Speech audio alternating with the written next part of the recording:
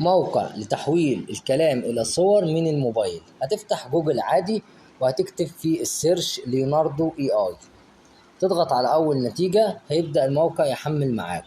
تضغط على جيت ستارت هيفتح معاك، يبدأ يحمل الموقع. أنا مستني الموقع يحمل. كده الموقع حمل معاك. هتضغط على ايمج وبعدين هتكتب هنا الحاجة اللي انت عايزها، بس هتكتب بالانجليزي.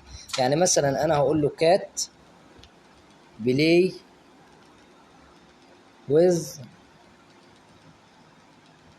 دوج مثلا. طبعا انت هتبقى مجهز البرومت الاحترافي اللي هتشتغل بيه، فهتاخده كوبي بيست على طول على الموقع، وهتيجي عند جنريت وتضغط عليها. هيبدأ الموقع دلوقتي يعمل جنريت او توليد للصور. هو دلوقتي بيبدأ يحمل معايا.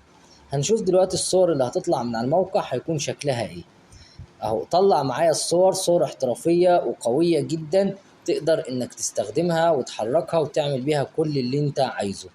لو عجبك الفيديو اللي شفته ده، اكتب لي في التعليقات وهعمل لك سلسلة كاملة عن المواقع اللي بتشتغل على الموبايل وازاي انك تقدر تشتغل عليها. دي حاجات انا كنت عاملها، زي قطة بتلعب مع رابت اللي هو الفار، وهكذا. طبعا تقدر تعمل حاجات كتيرة قوي. اشوفك في خير بخير في الفيديو الجديد.